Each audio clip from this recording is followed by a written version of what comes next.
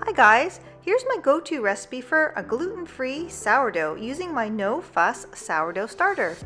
I was really impressed with the results. You too can make a light and flavorful gluten-free sourdough, complete with all those exciting little sourdough holes. It all begins with a really strong starter. Make sure it's at its peak and is thick and super bubbly. Then, in a non-metal bowl, add 300 grams of gluten-free flour. I've used Caputo gluten-free 00 flour in this recipe and it worked a charm. Add 10 grams of salt and give it a good mix so it's evenly distributed throughout the flour. Now measure out 10 grams of olive oil and put aside. Next, you want to take about 150 grams of your gluten-free sourdough starter and add it to the flour.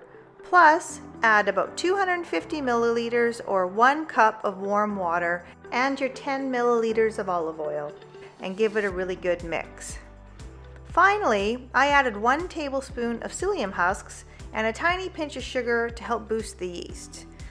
So using good old elbow grease or a mixer and dough hook, make sure everything's mixed really well together until smooth.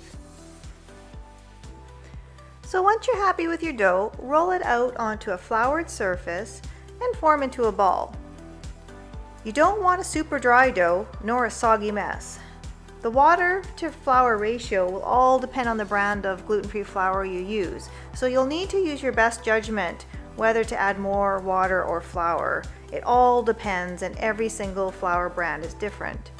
The dough should be sticky enough that it sticks to your hands if they are dry, but not too sticky that you can't form a ball if your hands are wet or coated in olive oil.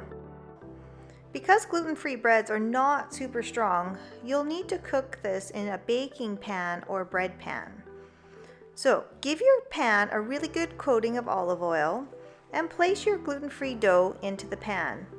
You can push the dough into the sides or leave as a ball. It doesn't really matter, it'll end up rising and taking its natural shape. So to achieve a more defined sourdough taste, cover the pan with a wet cloth or damp cloth and let rest in the fridge overnight. Or you can actually let it sit out in a warm place for up to 8 hours that day and cook the bread that day. Basically, you want the dough to double in size. But be very careful not to overproof your dough because once the yeast has eaten through all its goodiness, it'll lose its power and essentially will collapse. So you'll have to pay very careful attention. So now let's get baking. So bake your bread in a preheated oven at 350 degrees Fahrenheit or 170 degrees Celsius for 30 to 35 minutes. Halfway through the bake, brush the top of the bread with some melted butter. This will help give it a nice golden color.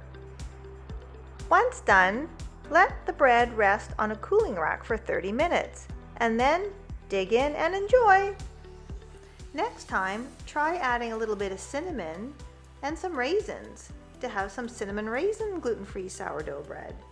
This bread is amazing toasted or eaten on its own as a sandwich or cut up into croutons, anything your heart desires. So I hoped you enjoyed making your gluten-free sourdough starter as much as you did making your bread. So if you liked that video and you'd like to see more, please like, subscribe, and share with your friends. Thanks for watching. Bye-bye.